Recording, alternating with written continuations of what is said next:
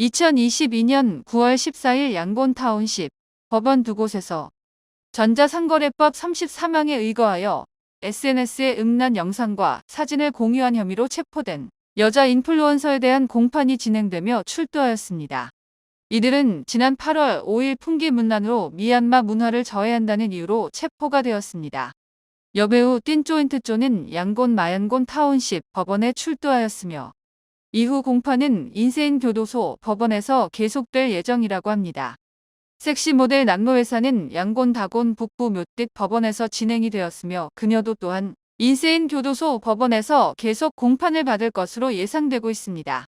일부에서는 섹시 모델 컨셉의 여성들이 많은 상황에서 이들의 체포 배경에는 국가관리위원회를 지지하지 않은 것이 있을 것이라는 의견이 나오고 있습니다. 여배우 띵조인트는 지난 7월 6일 샨주 북부에 있는 샨스테이트 프로그레스 파티 본부에 영상 촬영을 하고 양곤으로 돌아오던 중 국가관리위원회에 구금되기도 한 적이 있습니다. 따무 국민방위군은 최근 국민방위군 사면대라고 사칭을 하며 기금을 모금하고 도로에서 현금을 강탈하는 무리들에게 최종 경고를 하였습니다.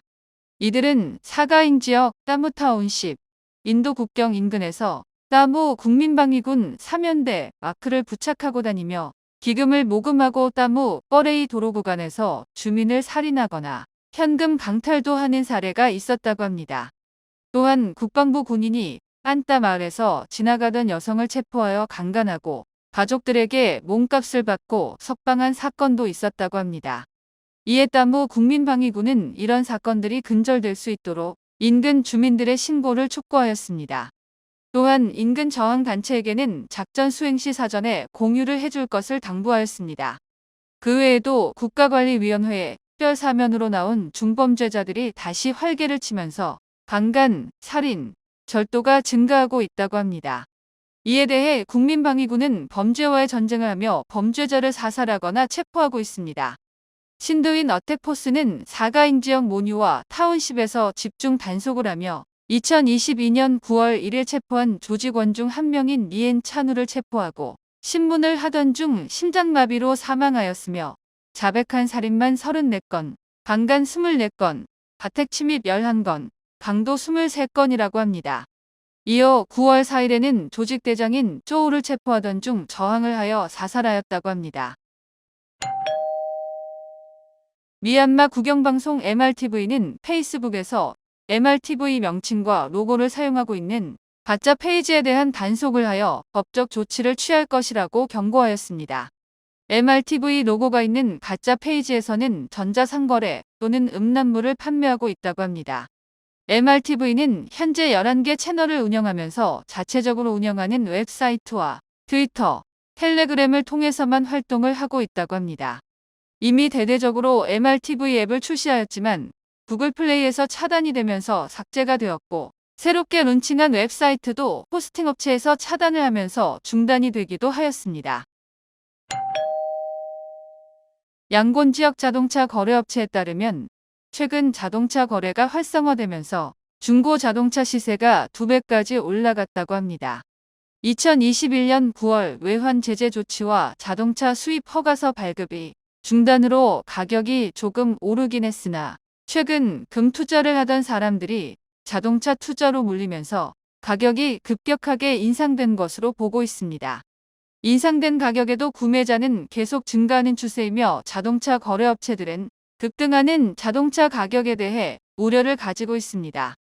이런 가격 거품은 추후 국가관리위원회에서 자동차 수입 허가서 발급을 재개하거나 미등록 차량에 대한 면허 발급 정책이 나오는 순간 빠질 것으로 보고 있습니다.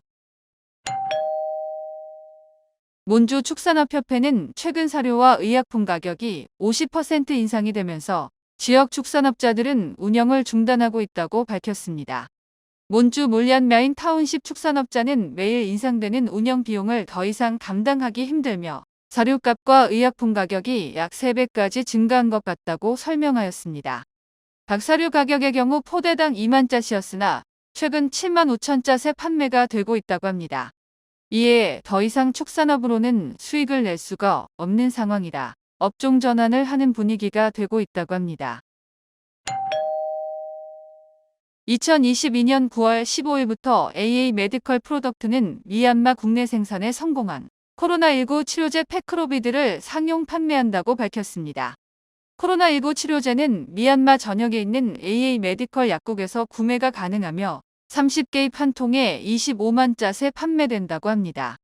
업체에서는 현재 국내 코로나19 확산으로 인해 계획보다 빨리 상용 판매를 시작하게 되었다고 설명하였습니다. 이번에 국내에서 개발된 코로나19 치료제는 미얀마에서 국내외 전문가들이 협력하고 세계보건기구 기준에 맞춘 첨단 제조 장비를 도입하여 미얀마에서도 안정적인 생산 공급이 가능하게 되었습니다. 하나은행 미얀마 페이스북 페이지에서 제한 미얀마 이주 노동자 급여 송금에 대해 미얀마 깐보자은행 계좌로 송금할 경우 고정 환율 달러당 3,000잣으로 적용한다고 밝혔습니다. 이 환율은 노동자 은행 계좌로 급여를 송금할 시에만 가능하며 깐보자은행에서 인출한도 제한 없이 무서류로 인출이 가능하다고 합니다. 하나의 지앱으로 송금을 할 때 송금 사유에 급여로 표기를 해야 하며 송금 정보의 셀러리 또는 코드번호 5200으로 표기가 된 것을 확인해야 합니다. 지난 9월 14일 미얀마 중앙은행은 미얀마 선언연맹의 성명서에 따라 국내 은행 계좌로 송금되는 미얀마 선언 급여에 대해선 특별 고정 환율을 적용하도록 명령한 바 있습니다. 선언 급여가 미얀마 현지 은행 계좌로 송금이 되었을 때 21일 내에 송금을 통한 외환 거래도 가능하며 관계 당국의 승인 이후 유학비 또는 해외 진료비 등의 개인 사정에 의한 해외 송금도 가능하다고 합니다. 송금된 외환을 현지 통화잣으로 출금 시 최대 환율을 적용하도록 지시하고 정확한 환율에 대해선 명시되지 않았지만 선언에 대한 환율도 3,000잣으로 적용될 것으로 보입니다. 국가관리위원회 노동부 장관은 지난 8개월 동안 해외 이주 노동자 송금액은 61억 5,200만 달러에 달하며 2014년부터 시작된 해외 이주 노동자 송금은 말레이시아, 태국, 싱가포르를 중심으로 규모가 확대되고 있다고 설명하였습니다. 이에 국가관리위원회는 해외 이주 노동자들의 외화가 장외 시장으로 유입되지 않도록 하기 위한 조치를 취하는 것으로 보입니다. 2022년 9월 14일 미얀마 중앙은행은 미얀마 금시장감독위원회와 금시장 안정화 방안 마련에 대한 회의를 개최하였습니다. 회의에서 미얀마 중앙은행 총재는 국내 금시장과 금융시장 안정화를 하는 것을 목표로 하고 있으며 특히 중앙은행에서는 금 거래 시 은행 시스템을 도입하여 추후 은행 거래만으로 금거래가 가능하도록 할 것이라고 밝혔습니다. 미얀마 광업부 산하 미얀마 보석공사 차장은 9월 14일 현재 네피도에서 미얀마 금화가 티켓일당 280만 잣에 판매되었으며 지난 9월 5일 티켓일당 295만 잣을 기록하고 9월 13일 285만 잣을 기록하며 가격이 떨어지고 있다고 밝혔습니다. 앞으로 미얀마 금화는 양곤, 만달레이에서도 판매를 확대해 나갈 것이라고 설명하였습니다. 미얀마 중앙은행은 은행 시스템을 도입한 결제 방식으로 장외 시장 금시세를 안정화시키기 위한 노력을 하는 것으로 보이며 언제부터 도입이 될지는 아직 나오지 않고 있습니다. 국가관리위원회에서도 그동안 외환시장을 집중하고 있었으나 다음 과세 대상을 금시장에 집중할 것으로 예상이 되고 있습니다. 2022년 9월 12일 아일랜드 패션 브랜드 프라이마크가 미얀마 철수를 발표했습니다. 발표 성명에 따르면 미얀마 봉제 산업에 대한 국가관리위원회와 노동조합을 포함한 국제2의 관계자들의 의견이 상충하고 있어 우려스럽고 복잡하다고 설명하였습니다. 이런 상황 속에서 양권에 구축되어 있는 행동 강령 모니터링을 실시하였고 여전히 예측 불가능한 상황을 고려할 때 앞으로 미얀마 사업에 대한 결정은 에티컬 트레이드 이니시에이티브 평가에 따라 결정하기로 하였다고 합니다. 지난 9월 12일 발표한 ETI 보고서에 따르면 미얀마 상황은 심각하게 악화되고 있어 프라이마크 제품을 생산하는 노동자들의 안전과 노동권이 보호하는 기준을 보장하는 데 어려움이 있을 것으로 판단하였고 유일한 선택은 책임감 있는 철수밖에 없는 것으로 판단하였다고 밝혔습니다. 국가 비상사태 이후 미얀마에 있는 대부분의 노동조합은 해외로 피신하고 서방 국가들에게 미얀마 봉제 산업 붕괴가 되도록 브랜드 철수를 끊임없이 요구를 하고 있었으나 비즈니스 앤 휴먼 라이츠 리소스 센터의 보고서를 보면 2022년 7월 현재 3개 브랜드만 철수한 것으로 발표를 하였습니다. 프라이마크의 경우 이미 발주 일시 중단 발표를 하였다가 재개를 한 사례가 있었으나 봉제 산업의 붕괴로 인한 노동자들이 극빈층으로 전락할 수 있다는 것에 대해선 전혀 고려하지 않고 국제사회의 압박에만 집중하는 모습을 보이고 있습니다.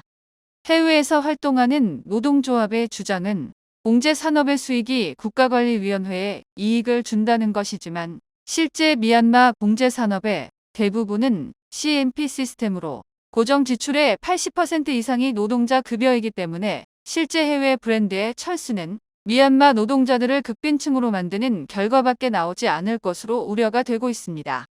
이미 에너지 부문에서 기존 해외 투자업체들의 철수는 결국 러시아의 미얀마 진출로 이어지는 결과밖에 만들어내지 못했습니다.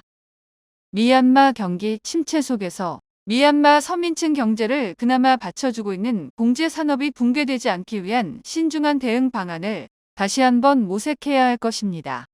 ETI는 고용과 노동 조건에 대한 글로벌 기준으로 국제노동기구 협정, 세계인권선언, UN 아동권리조약에 직접적 관련이 있습니다.